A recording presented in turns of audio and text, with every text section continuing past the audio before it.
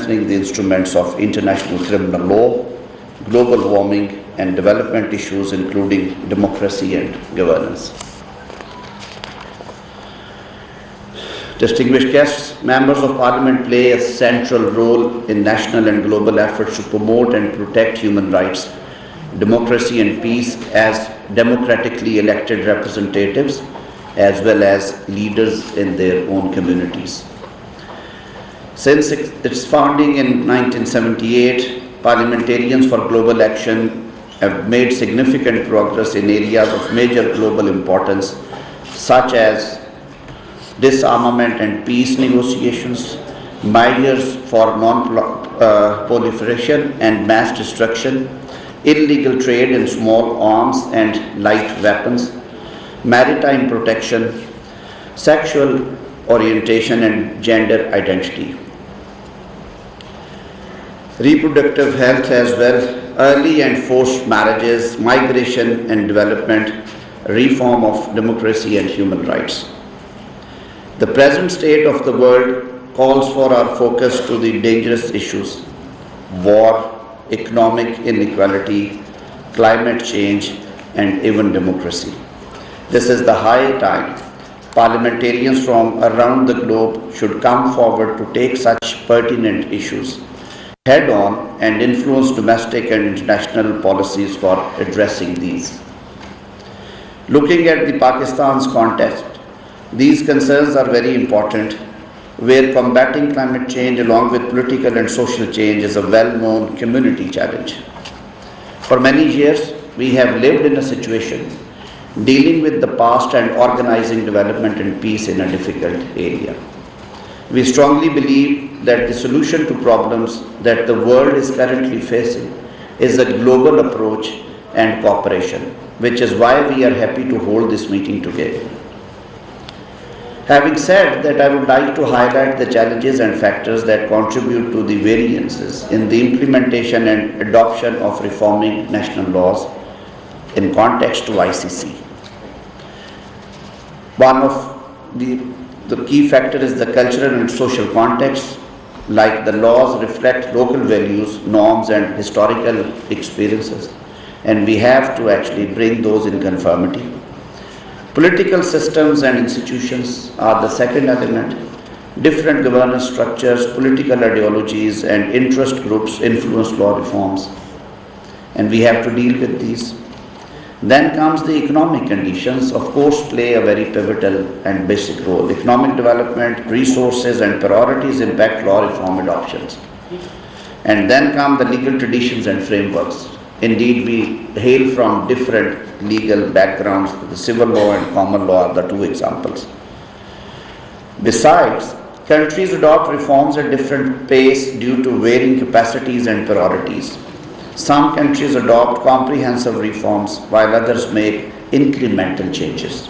Therefore, effective implementation and enforcement of reform laws vary across the countries.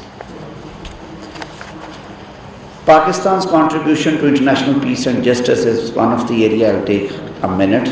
Pakistan has always stood for the values of peace, stability and human freedom. We have participated in many UN peacekeeping operations and actively participated in various regional and global peace initiatives. We firmly believe in peace and peaceful solutions of the world disputes, including the issues of Palestine and Kashmir, which are facing serious violations of human rights.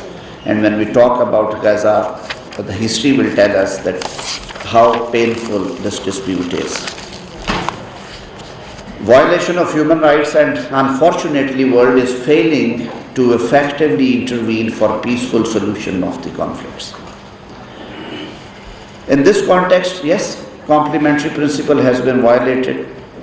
The domestic jurisdiction issues are always on the table, and states are undermined by international criminal, and these issues undermine international criminal court rather than building capacity of countries to control through their own local laws the issue of genocide and crime against humanity.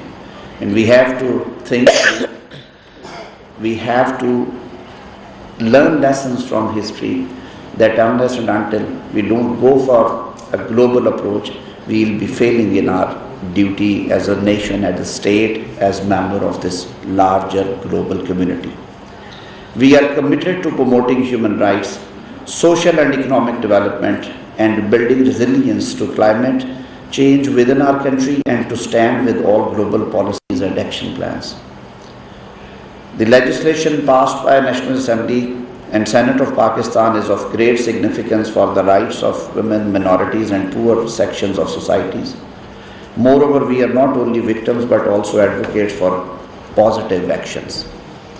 And I believe that the time would come when we would also be heading towards some positive actions for joining this club, the International Criminal Court. Worthy parliamentarians from global parliaments, on this day we all appreciate the great role we play as representatives of our people, not in our countries, but for global citizens, for this beautiful planet.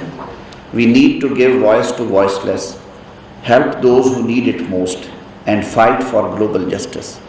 And this is one of the areas where we should raise our voice against the crime against humanity, the horrible crimes like genocide.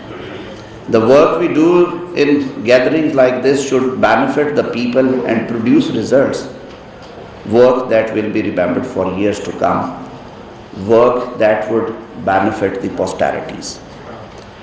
This agreement is more than just talk. It is a call to action. We must also use our unity and influence to support the rule of law, protecting human rights, and work to address issues such as extremism, inequality, genocide, and crime against humanity, the war crimes. At the end, I would like to express my sincere gratitude to all of you for coming together for this wonderful event. Your contribution will help build a world of peace, justice and respect.